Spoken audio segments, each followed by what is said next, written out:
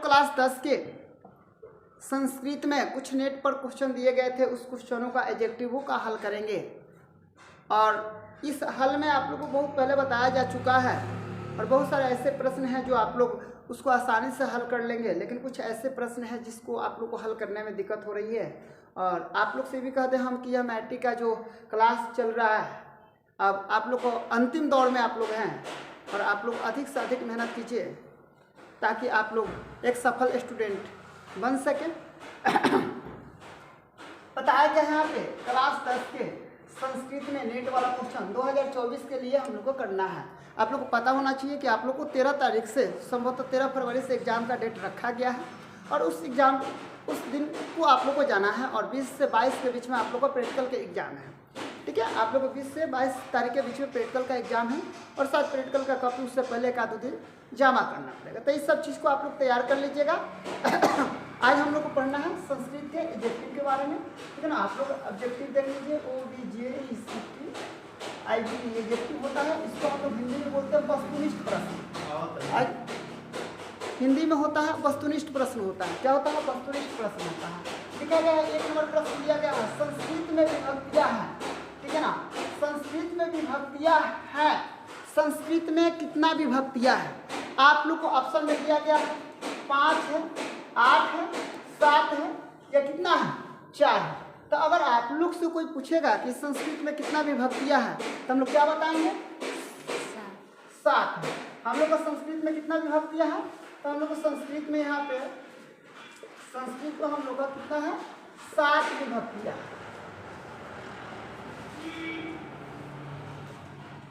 कितना विभक्ति है? 7। संस्कृत में कुल कितना विभक्तियाँ हैं? 7 विभक्तियाँ हैं। अब ध्यान रखना, आप लोग को ध्यान रखिएगा। यहाँ पे दूसरा प्रश्न बहुत अच्छा है। पाटलिग्राम किस नदी के तट पर स्थित है? पाटलिग्राम जो है आज उसका नाम हम लोग पटना बोलते हैं। आज उसको हम लोग क्या बोलते हैं? पटना बोलते हैं। ठीक है ना। पाटलिग्राम किस नदी के तट पर स्थित है? मैं आप लोग को बता देना चाहता हूँ, गंगा नदी, जमुना नदी, कोसी नदी, गंडक नदी। आप लोग को पता होना चाहिए कि वह कौन सा नदी पर है? गंगा नदी पर है। ये कौन सा नदी पर है? गंगा नदी पर। अब वहाँ पे बहुत सारे लोग पूछते हैं, गंगा नदी पर एक सेतु है। गंगा नदी पर एक सेतु है। क्या है? एक सेतु है। उस सेतु का नाम क्या है? महात्मा गांधी या गांधी सेतु भी उसको हम लोग बोलते हैं। जो एशिया का सबसे गांधी सेतु, जो एशिया का सबसे गांधी सेतु, जो एशिया का सबसे बड़ा सेतु है, इसका लंबाई लगभग 7 किलोमीटर होता है। लगभग 7 किलोमीटर होता है। यह उत्तर दिशा में यह गंगा नदी के ऊपर स्थित है। तो आप लोगों को पाटलिग्राम, ठीक है ना, कहाँ स्थित है? यह गंगा नदी के किनारे है। ठीक है ना, जो आज हम उसको क्या बोलते हैं? पटना बोलते हैं। पटना का है बिहार की राजधानी है। पटना क्या है? बिहार की राजधानी है। अब लिखा क्या है? एक और भी प्रश्न है। आलस्य कथा पाठ किस ग्रंथ से संकलित है? यहाँ पर लिखा गया है कर्तिला, यहाँ पर लिखा गया पत्रावली, पुरुष परीक्षा, यहाँ पर लिखा गया है कर्तिका पतखा। यानी कहने का मतलब यहाँ पर लिखा गया है आलस्य कथा जो पाठ बताए थे उसमें आप लोग को बताया गया था कि आलसियों की संख्या बढ़ने के कारण उसके मंत्री जो थे चिंतित हो चुके थे। ठीक है ना, उनके मंत्री जो थे चिंतित हो चुके थे कि भाई आलसियों की संख्या क्यों बढ़ रही है। तो उन्होंने आलसियों को जांच करने के लिए, उनकी परीक्षा लेने के लिए आलस्यशाला में उन्होंने क्या कर दी? आग लगा दी। और आग लगाने के बाद जितना भी धूर्त आलसी या बनावटी आलसी थे वह क्या करके उसमें से भाग गए। बाकी जो शेष 4 आलसी बचे हुए थे वह मुख्य रूप से आलसी थे। तो उसको पुरुष परीक्षा में हम लोग कह सकते हैं। उसको क्या बोलेंगे? उसको पुरुष परीक्षा। क्या बोलेंगे हम लोग? पुरुष परीक्षा बोलेंगे। एक और भी पाठ है, भारत महिमा पाठ में पुराणों से कितने पद संकलित है? भारत महिमा एक पाठ है और उसमें क्या दिया गया? हम लोग को पद दिया गया है। उसमें कितना पद बताया गया है? याद रखिएगा, 5, 2, 3 या 4 बताया गया है कि 5 गो पद होता है। इसमें कितना पद है? 5 गो पद है। कितना पद है? 5 गो, कितना है 5 पद है, कह उसमें 5 गो पद है। अब यहाँ पर लिखा गया है, एक और भी यहाँ पे प्रश्न दिया है, भारत। यहाँ पे थोड़ा सा हम लोग को गलती लिख दिया, हम थोड़ा सा ध्यान रखिएगा आप लोग। भारत ऐसे होगा, भारत भूमि सदा किससे है? भारत भूमि सदा किससे है? सागरों से, पर्वतों और झरनों से, नदियों से, सभी से।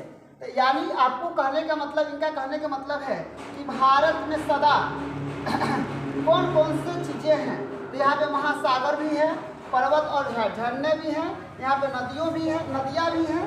यानी कहने का मतलब इसका आंसर हो जाएगा सभी। यानी कहने का मतलब ये सभी जो है ये भारत में, भारत भूमि पर सदा सेवित रहते हैं। ठीक है ना, इसको आप लोग नोट कर लीजिए।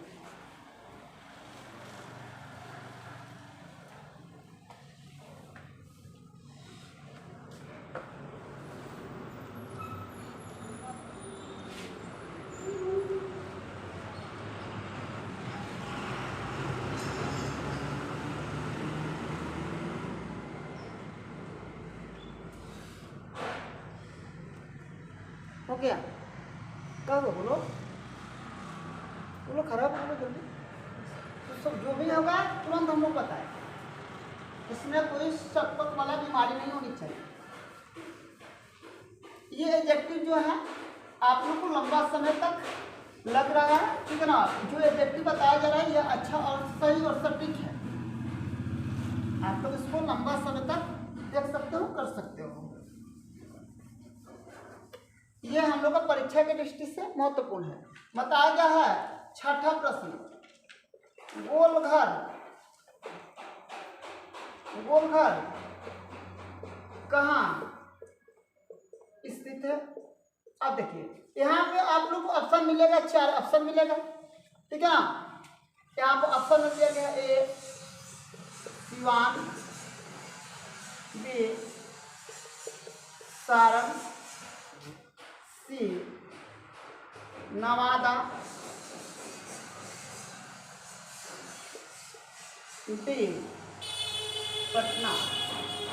अब आप लोग से कोई पूछेगा कि गोलघर कहाँ स्थित है? आप सब लोग जानते हैं कि गोलघर कहाँ स्थित है? पटना। गोलघर कहाँ स्थित है? पटना में। गोलघर कहाँ स्थित है? पटना में।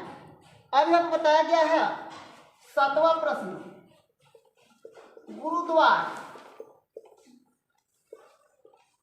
कहाँ स्थित है?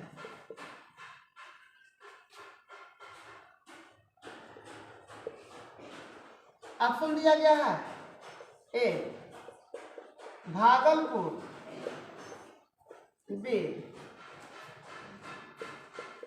मोतिहारी, सी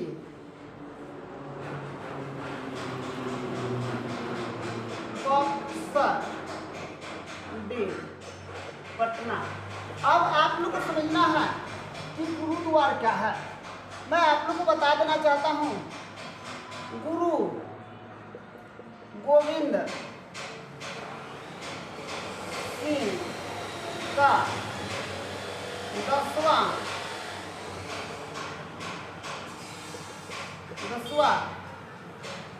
जन्म स्थान पटना में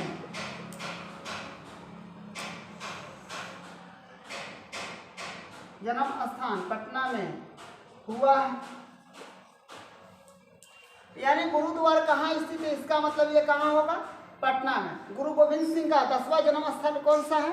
पटना है। गुरु गोविंद सिंह का 10वां जन्म स्थान कहाँ है? पटना में है, ठीक है ना। ये बहुत एक महत्वपूर्ण परीक्षा के दृष्टि से ये प्रश्न हो सकता है, तो ये आप लोग ध्यान रखिएगा कि इनका हुआ था, ये पटना हुआ था। अब उसके बाद और भी क्या है प्रश्न, थोड़ा सा आगे देखिए लोग।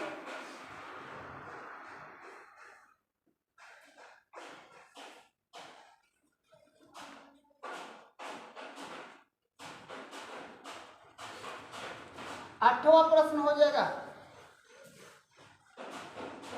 भगवान बुद्ध ने पटना की बारे में क्या बोले थे?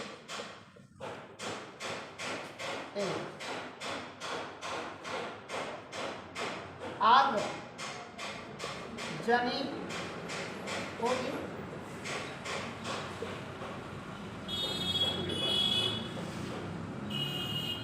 बाढ़ का भय होगा। बाढ़ का भय। सी आंदोलन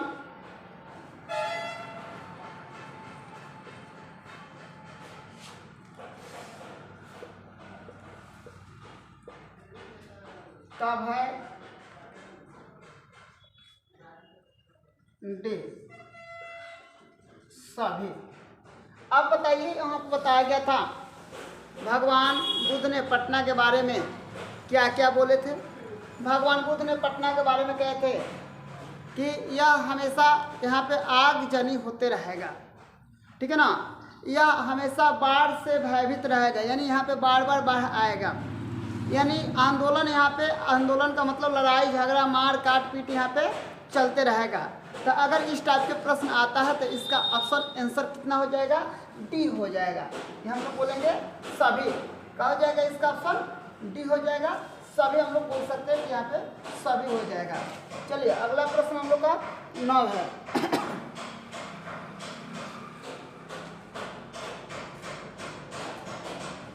चलिए बताइए, संस्कार प्राय कितने प्रकार के होते हैं?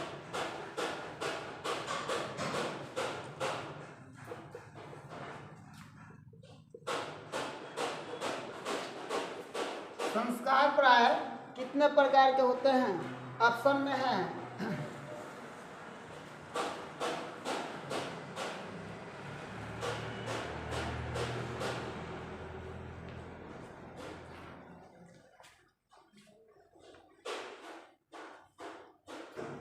3, 16,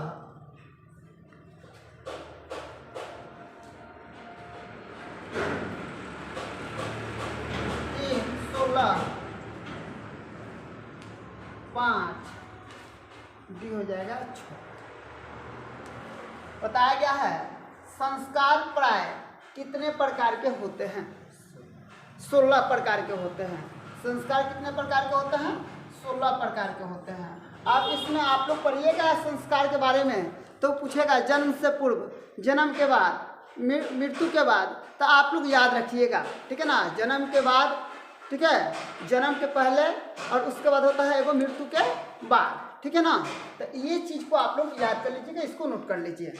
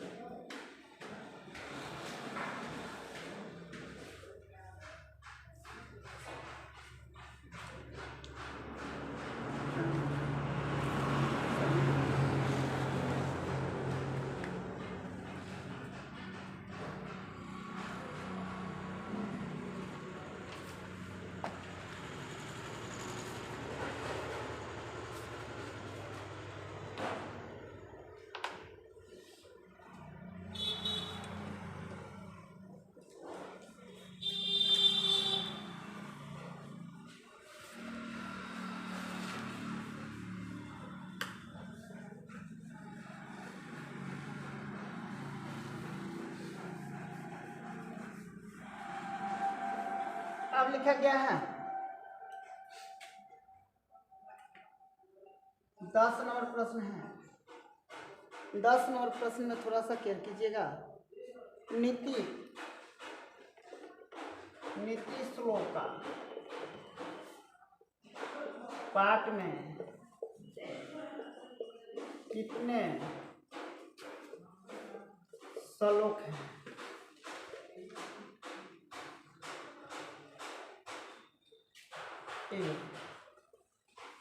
7 बी 8 सी 10 डी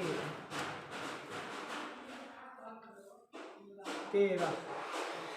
अब यहाँ पे देखना है नीति श्लोक का पाठ में कितना श्लोक है। अब आप लोग को बताया गया है नीति श्लोक जो पाठ है उसमें कितना श्लोक है। चलिए आप लोग बताइए कि उसमें कितना श्लोक है नीति श्लोक पाठ में। 10। यह बताया गया है नीति श्लोक जो का है पाठ है। नीति श्लोक पाठ में हम लोग को 10 श्लोक दिया गया है। कितना श्लोक दिया गया है? 10 गो श्लोक दिया गया है। ठीक है ना। कितना श्लोक दिया गया है? 10 गो श्लोक दिया गया है। अगला प्रश्न है 11 नंबर। राम प्रवेश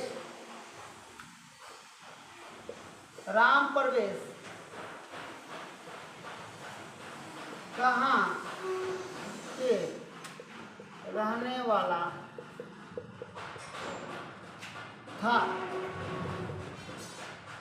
ए बिहार, बी पंजाब, सी उत्तर प्रदेश, डी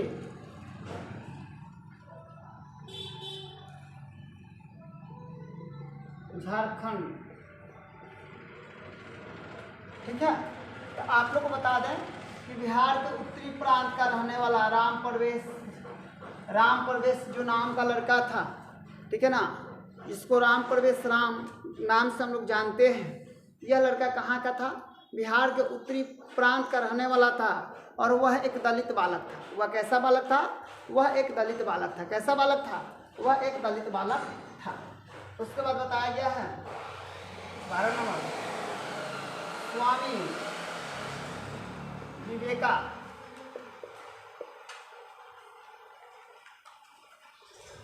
स्वामी विवेकानंद का जन्म स्थान कहाँ है? स्वामी विवेकानंद का जन्म स्थान कहाँ है? ए लिखा गया है बिहार, बी हो जाएगा गुजरात, सी हो जाएगा मध्य प्रदेश, डी हो जाएगा उत्तर प्रदेश। चलो बताओ, तुमको बताना है। तुम बताओ कहाँ था इनका जन्म स्थान? इसका जन्म स्थान कहाँ था? गुजरात में। खरोग बताओ इनका जन्म स्थान कहाँ था? गुजरात में। किसका जन्म स्थान? स्वामी विवेकानंद का जन्म स्थान क्या था? गुजरात में। आप लोग को पता होना चाहिए कि इन्होंने अशांति नहीं, इन्होंने गया ना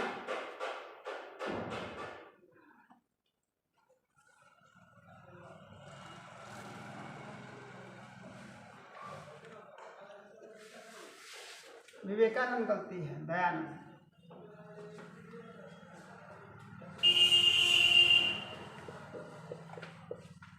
स्वामी दयानंद का जन्म स्थान कहाँ है?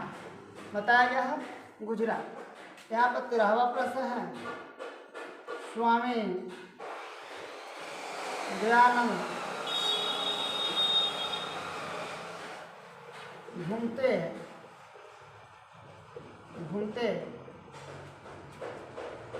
कहाँ पहुँचे थे? ऑप्शन हो जाएगा घूमते घूमते कहाँ पहुँचे थे।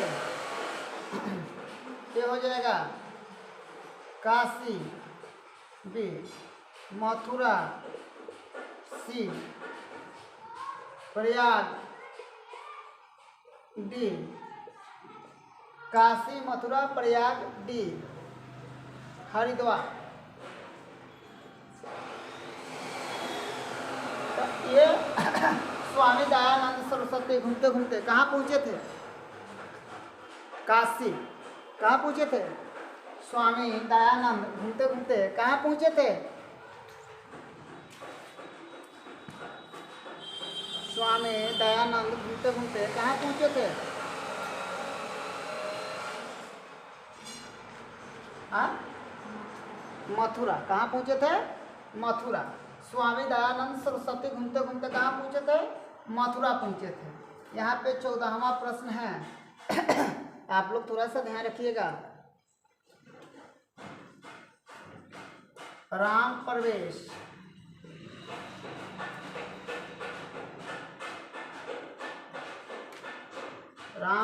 किस पद पर नौकरी की?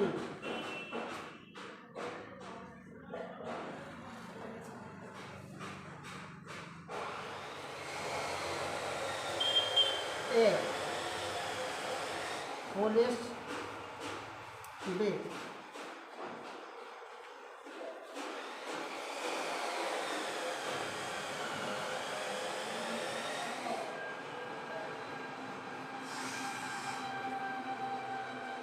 रेलवे, सी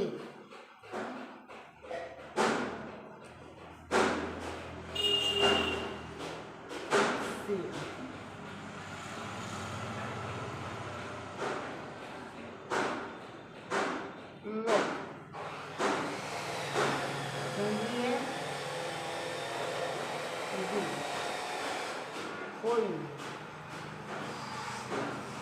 बताया गया है।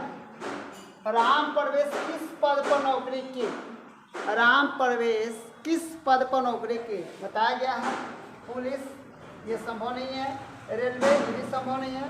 लोक केंद्रीय सेवा, उन्होंने लोक केंद्रीय सेवा पर जाके क्या की थी? नौकरी की। इनमें से कोई नहीं, उन्होंने जाकर लोक केंद्रीय सेवा पर जाकर उन्होंने क्या की? नौकरी की। इसको नोट कर लीजिए।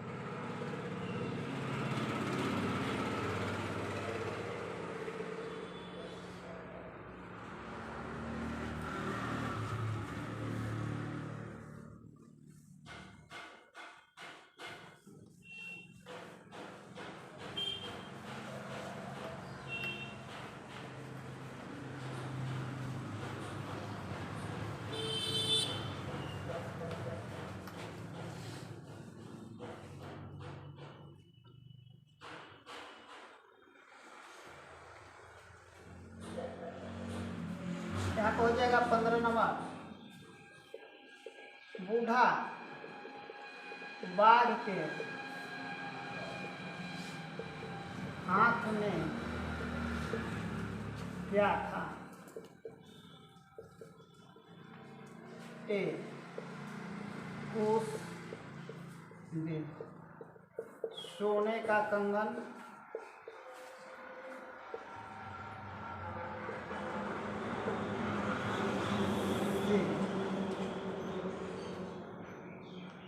लोटा, बे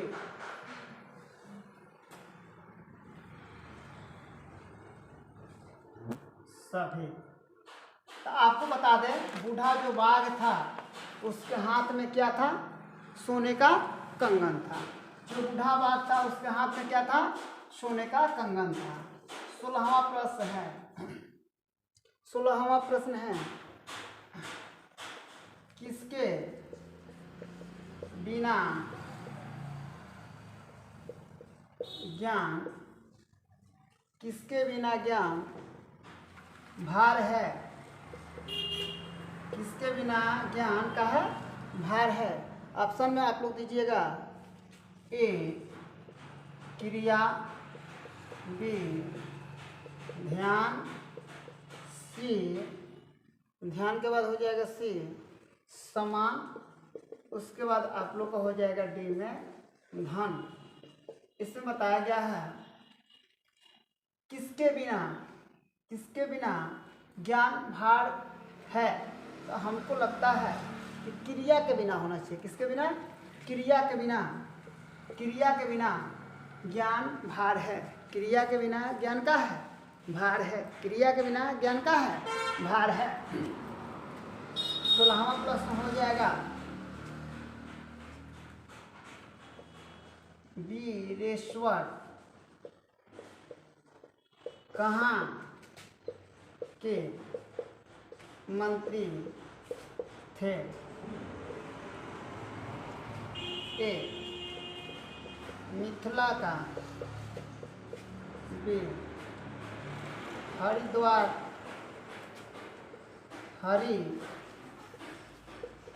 का, सी काशी का, डी मथुरा। क्या बताया गया?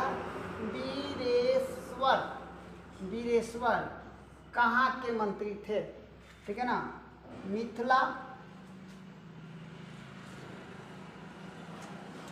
मिथिला, मिथिला कर दीजिए, मिथिला, हरिद्वार, काशी, मथुरा कहाँ के थे? वह मिथिला के थे। कहाँ के थे? मिथिला के थे। वीरेश्वर मंत्री कहाँ के थे? मिथिला के थे। कहाँ के थे? मिथिला के। तो ये आज आप लोग को संस्कृत में इतना ही रहने दिया जाता है, ठीक है ना। फिर कल आप लोग इसके बारे में बताया जाएगा। आज के लिए इतना ही, धन्यवाद।